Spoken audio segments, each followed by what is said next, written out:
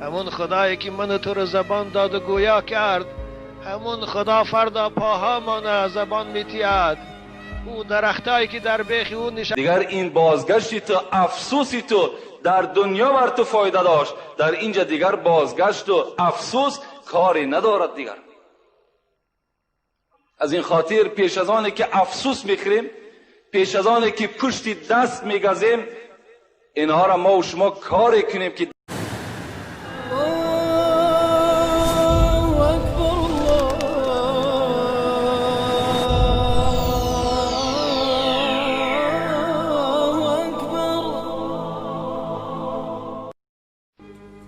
عمرها رفته ایستاده است، اما صحیفه های اعمال پر از گناه، آلوده و سیاهی از گناه است. از این دنیای کشاد و فراخ باز به سوی خانه تنگ و تاریک لحد رفته ایستادیم.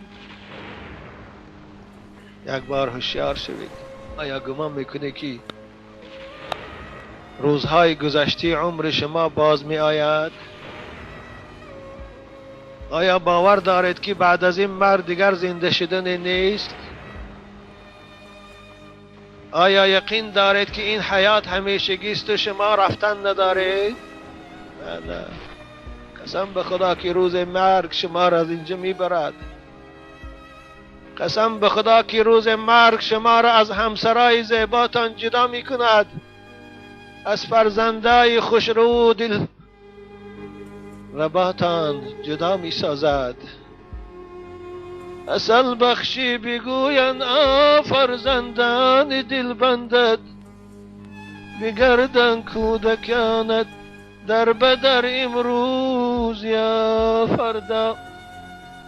3 روز از پی در پی جنازه جوانهای 30 ساله و 35 ساله میخوانم. طفلکای 5 ساله 6 ساله بالای تابوت اشک میریزند. این از حال دنیا. آره، بعد از مرگ باز زنده گردانده میشوید و برای این حیات دادگی صاحب حیات از شما میپرسد که بندگی او رو کردید یا نه. هر قدمی که در این روی زمین میزنید و هر منزلی که حاضر میشوید، اونها روز قیامت بالای شما شاهده میتیند. همون خدایی که من تو رو زبان داد و گویا کرد، همون خدا فردا پاها مانه زبان میتید. او درختایی که در بیخ او نشسته گناه کرده، اونها رو گویا میسازد، بالای من تو شاهده میدهند. وای به حال من تابوش. هیهات. مقصد من از این قصه و از این آیت چی هست؟ پدرای عزتمند، برادرانی که همه ما و شما را مرگ انتظار است، در گریبان همه ما و شما کشال است، آویزان است.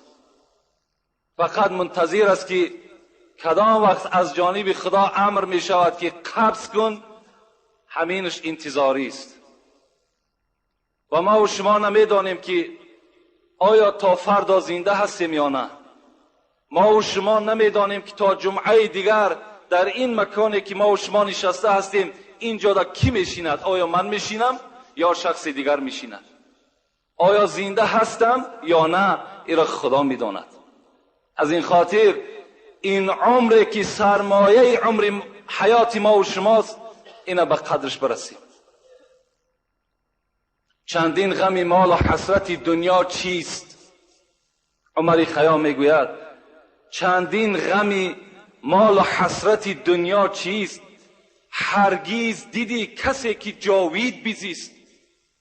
این چند نفس در تن تو عاریتی است، با عاریتی باید زیست. این نفس هایی که در وجود شماست، میگد عمر خیام، اینا عاریت هستند. عاریت چی رو میگن؟ من یک همسایه را، یک بیل است، یک تبر است میتم و بر اون مهلت میتم که فردا بیل یا تبری مرا پس بگردان. این عاریت میگویند. یعنی این جانی که در وجود ما و شماست، ایرا خداوند عاریت داده است که فردا من میگیرمش، این ابدی در بدن تو نمیسته. از این خاطر چندین غم مال حسرت دنیا چیست؟ چرا ما و شما غم دنیا ما میخوریم، غم فرزند میخوریم، از سحر بیدار میشیم غم پول، غم مثال استراحت معیشت ما میخوریم، لکن غم حیاتی که ساعتش رفته سی غمی را نمیخوریم. ما نمیدانیم که این امیدی که سحر کردیم برای دسترس کردن مال دنیا، آیا اون مال به دست ما میرسد یا نه، ایش غمش نمیخوریم. بیا خدا رحمت کنه سعدی را، بیا ای که عمرت به 70 رفت، مگر خفته بودی که برباد رفت. ای انسانی که عمرت به 20 به 30 تا 70 رسید است، بیدار شو میگه که برباد رفتی سی، ساعتهای تو همه به غفلت گذشتی سی. زی 50 دیرم 5 اگر کم شود، دلت ریشی سر پنجه غم شود. چو 50 سالت برون شد زی دست، غنیمت شمرد 5 روزی که هست. از 50 سومت 5 سومش کم شود، تلخ کف میشه که میگه در اندوه میغلطی، غمگین میشه که 5 سومی من از دست من رفت.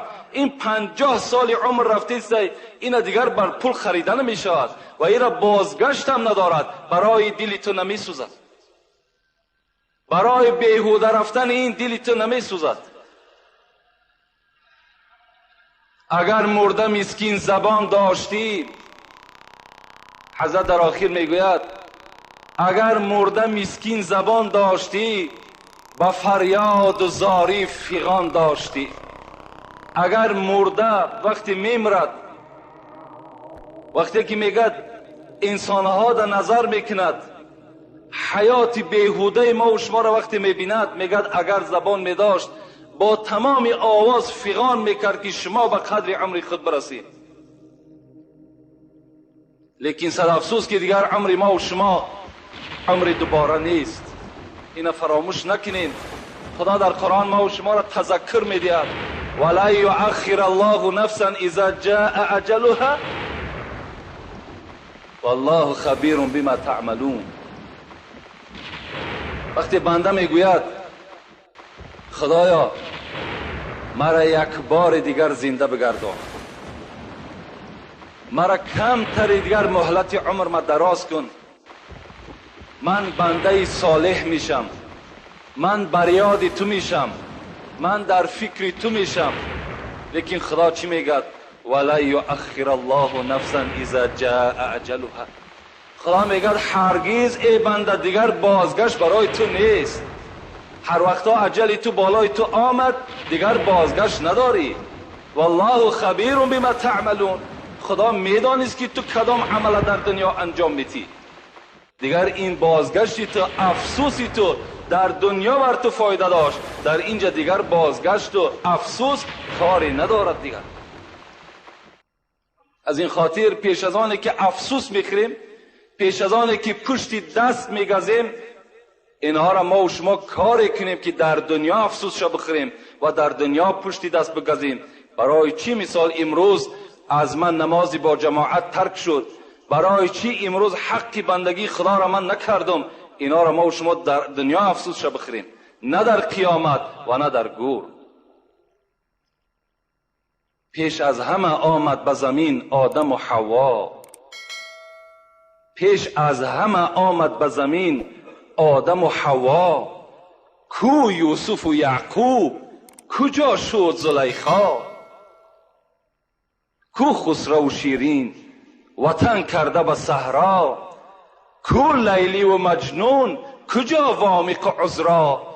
از جور فلک چاکی گریبان همه رفتن. البته همه رفتن و ما و شما در نوبت ایستادگی هستیم. از این خاطر فراموش نکنیم چگونه ای که رسول اکرم هر روز در یاد مرگ بودن، ما و شما در یاد مرگ بسیارتر باشید. فراموش نکنیم. انشاءالله اگر ما و شما فراموش نکنیم، عاقبت ما و شما نیک می شود. بهترین بنده، هوشیارترین بنده همون بنده هست که فقط در یاد مرگ هست.